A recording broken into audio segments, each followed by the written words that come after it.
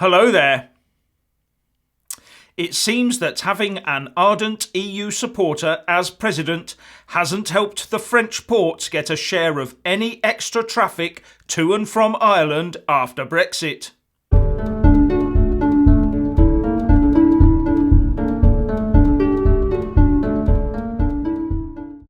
Despite President Macron's full-on support for the EU and his tough stance on the UK over Brexit, the EU Commission has decided that French ports will not be the ones to benefit from a new shipping route to link the Republic of Ireland with the rest of the EU post-Brexit.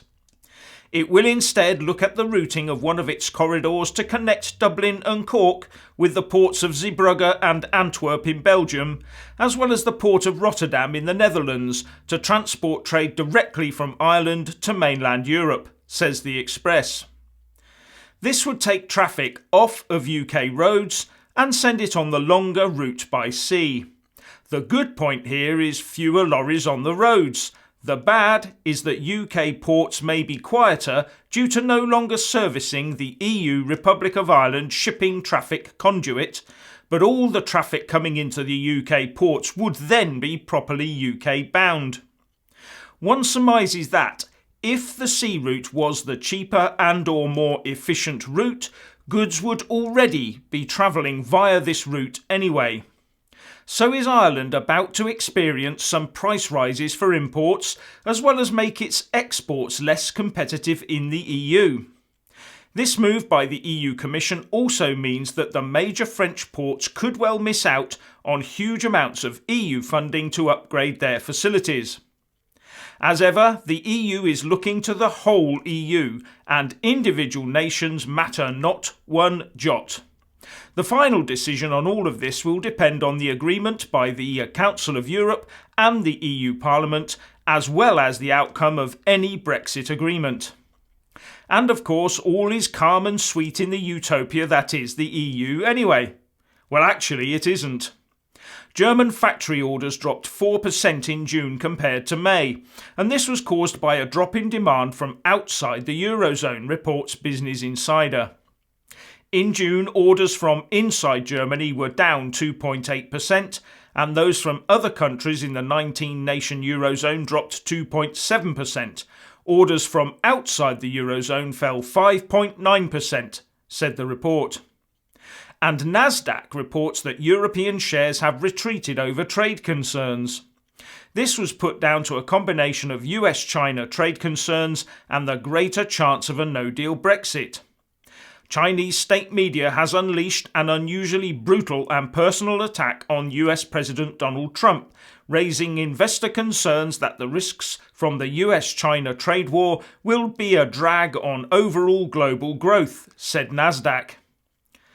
Now, a letter marked Official Sensitive from the Association of Police and Crime Commissioners, the APCC, says that a no-deal Brexit will pose a substantial risk to public safety, reports The Guardian.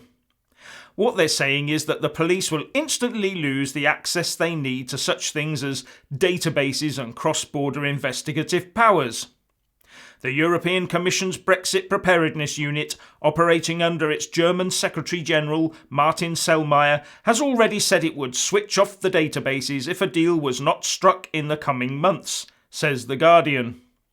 This, of course, is not a failure of Brexit. It is a failure of those planning for it, or not planning for it, as is becoming more and more apparent each day. Anyone would think that the EU was the whole world, or that criminals only come from the EU. Surely we can set up information sharing with other nations, after all the technology does exist, and surely we should have been 90% there by now. The real question to ask is, why have we been spending all our time trying to stay in these EU agencies instead of forming our own, with instructions to build ties around the world where necessary and then legislate accordingly? And the real truth here is that the Remain-led establishment has been fighting this every step of the way. Brexiteer Tory MP Sir Bernard Jenkins says that, just like the Millennium Bug, in a couple of years' time we'll all be asking ourselves what all the fuss was about.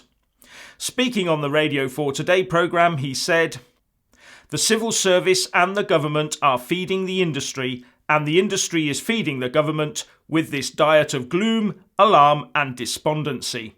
Actually, it is unnecessary. We will look back and wonder what all the fuss was about.